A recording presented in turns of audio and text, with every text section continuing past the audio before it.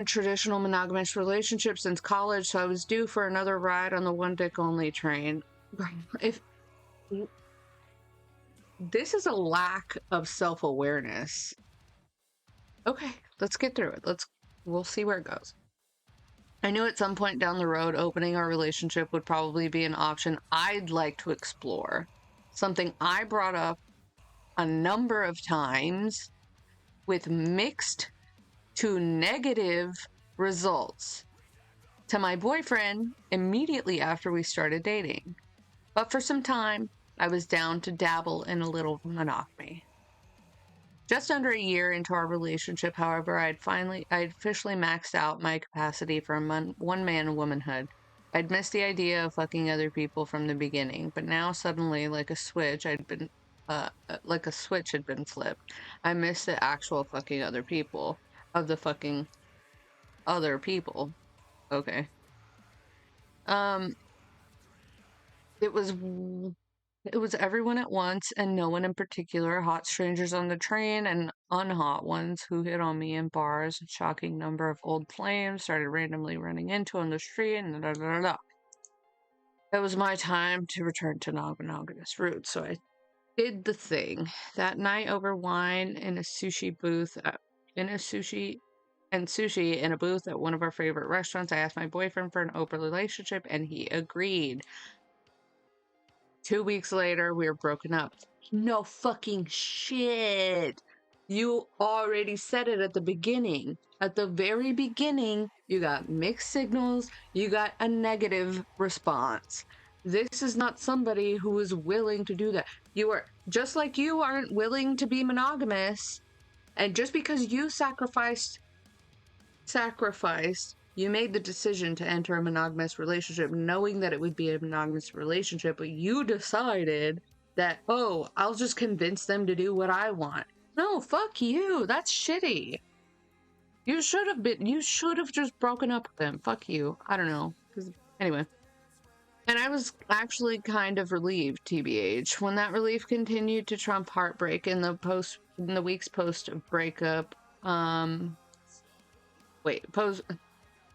When that relief continued to trump heartbreak in the weeks of post-breakup recovery that followed, I was forced to confront an uncomfortable truth, one I knew I'd been hiding from for a while.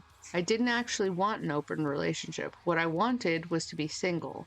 Consensual non-monogamy was never going to fix the problems in my relationship because the main problem in my relationship was that I didn't want to be in it, or at least not enough.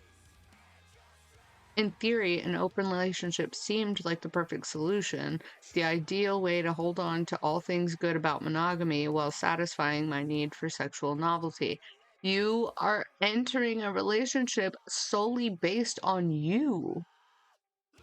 It's a partnership. What? Anyway, but I missed more than the physical act of sex with other people. What I wanted more than even the very best parts of my relationship was absolute freedom of fucking around with whoever I wanted and answering to no one. You know what? That in itself is totally fine to, like, kind of realize. Like, that's just a lesson that you learn. That I don't falter for. You know, you get into a relationship and you're like, oh, actually I'm not ready for a relationship. That's fine. But, like, entering the relationship knowing that you're gonna want to open it, red flag to yourself, babe. Like, look for your own red flags as well as the other person's. An open relationship was never gonna give me that. I was only ever going to be a band-aid. Yeah, I get that. I suspect that I'm not the only person who has made this mistake. As a consensual non-monogamy, became increasingly visible, I think there's a growing tendency to view open relationships as a panacea. For any relationship problems, particularly when those problems involve desire outside of a relationship. Yeah, okay, so when you're having this conversation, I agree, like, Some people may just want to try it out because they think that it's a solution. But if you're trying to come up with solutions, you actually need to figure out what the problem is. You know, you can't just throw whatever solutions and hope that it fixes whatever's going on. You actually have to find out what is going on. And then you can work appropriately from there. You also have to figure out what your actual end goal is. Like, what do you actually desire? Dr. Zana is reported is what the fuck quoted here. According to sex therapist Dr. Zana, um it's particular. She's great. If you ever want to explore anything about non-monogamy, open relationships, polyamory, Dr. Zana is the gal. Person. I don't remember. I think she goes by she, they. Or she, her. Data from a recent collaboration I want to read between YouGov and Ashley Madison. Oh, Ashley Madison suggests that 60%. Of course, Ashley. Okay, hold on. Time out. Of course, Ashley. Okay, let me read what it says before I go on my little. Between YouGov and Ashley Madison suggests that 60% of partnered Americans have fantasized about other people, and almost half are not very satisfied. Okay, so let me tell you why this statistic is a little problematic in this setting. Ashley Madison, their whole thing, their whole company, their whole fucking vision is about getting you to cheat. Like, they are the cheaters website for dating. I don't even know if they're still around. I know that they got in trouble like a while back. Are they? But when you have them giving you these statistics, they're gonna skew it to make it seem like, oh, well, yeah, everybody wants to cheat. Of course. It's so natural. Come use our site whenever you're wanting to explore. Like, that's why we have to be careful when we're reading these different studies. Are they still around? They're still around. See, their whole fucking thing is about, of course they're gonna fund these. All right, Ashley Madison, affairs and discreet. They like are still running. What? How? Canadian, of course. No, leave me alone. Social networking service. It was launched in 2001. I guess it's still on. So whatever happened with that lawsuit? Oops. And let's see.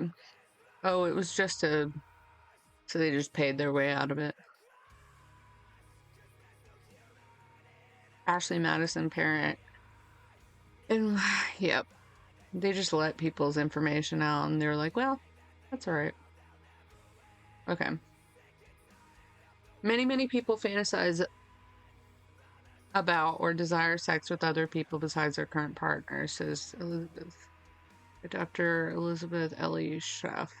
Ellie.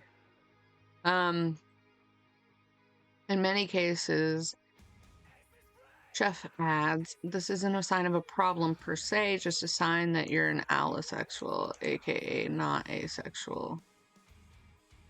Okay.